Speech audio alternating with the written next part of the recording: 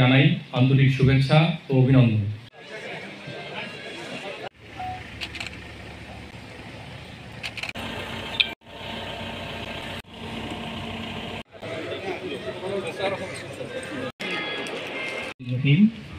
Panchhari battalion ৩ বিজিবির ৭৭তম প্রতিষ্ঠা বার্ষিকী উপলক্ষে প্রথমে পানছড়ি ব্যাটালিয়নের সংক্ষিপ্ত ইতিহাস সকলকে পড়ে শোনানো, তারপর ইউনিট অধিনায়কের উদ্বোধনী ভাষণ, অতঃপর সেক্টর আজকের শ্রীমঙ্গলে অবস্থানকালীন এই ব্যাটালিয়ন স্বাধীনতা যুদ্ধে তেলিয়াপাড়া অপারেশন সহ অধিনায়ক পানছড়ি দেশ মাতৃকার সেবায় কাঙ্ক্ষিত অবদান রেখে অস্ত্র বাহিনীর সুনাম এবং উত্তরোত্তর বৃদ্ধি করতে পারি, সেজন্য আপনাদের সকলের কাছে দোয়া কামনা করছি।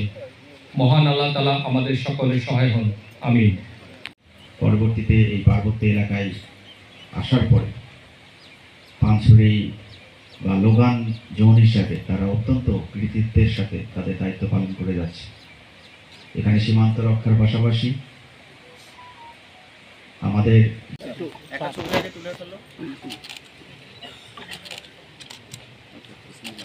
এবং ৫ জন বিজিবি মহাপরিচালক প্রশংসাপত্র লাভ করে। গত ৫ ডিসেম্বর ১৯